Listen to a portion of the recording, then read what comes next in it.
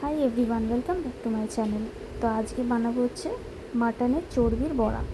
তো চলো দেখে নিই তার জন্য কী কী লাগছে। প্রথমে আমি এখানে মাটন ফ্যাটটা ছোট ছোট করে কেটে নিয়েছি, চর্বিগুলোকে। এটা বেসিক্যালি আমার মায়ের রেসিপি, কারণ আজ মা করছে, কারণ আমার হাতে একটুখানি কেটে গেছে, আমি মাখতে পারবো না, সেই কারণে মা করছে। তো এবার দিয়ে দিলাম কুচি করে কেটে রাখা পেঁয়াজ,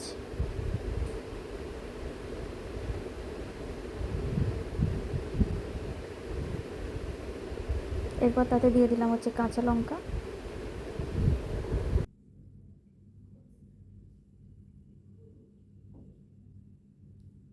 এরপর দিয়ে দিচ্ছি রসুন বাটা, আদা বাটা। তোমরা চাইলে কোচানো ইউজ করতে পারো ছোট ছোট করে কেটে। আমার বাটা ছিল, আমি বাটা দিয়ে দিলাম। তার সাথে দিলাম হলুদ গুঁড়ো, দিচ্ছি লঙ্কা গুঁড়ো, দিচ্ছি স্বাদ মতো নুন,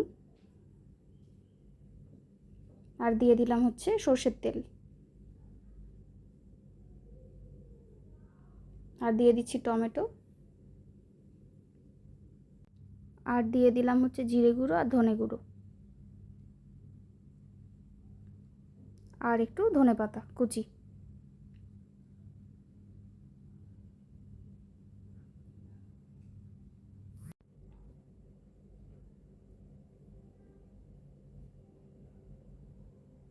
এবার দিয়ে ভালো করে আগে চামচে করে মিশিয়ে নিলাম।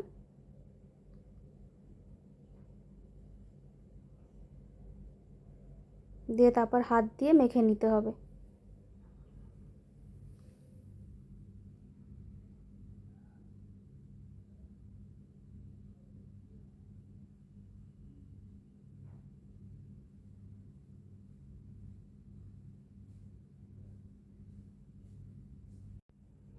ভালো করে মাখা হয়ে গেলে তাতে দিয়ে দিচ্ছি কর্নফ্লাওয়ার, আর দিয়ে দেবো হচ্ছে চালের গুঁড়ি।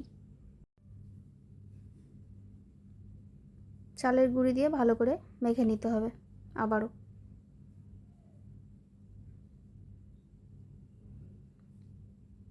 যাতে বাইন্ডিংটা ভালো হয় সেরকমভাবে মেখে নিতে হবে।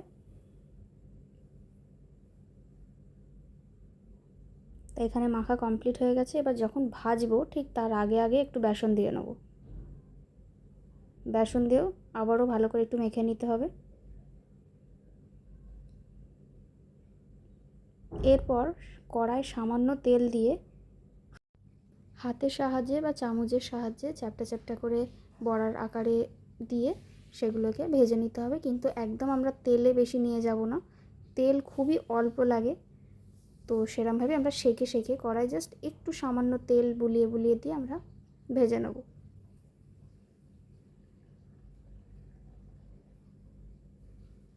এরকম দু পিঠ একটু লাল করে সেঁকে সেঁকে ভেজে নেবো আর কি।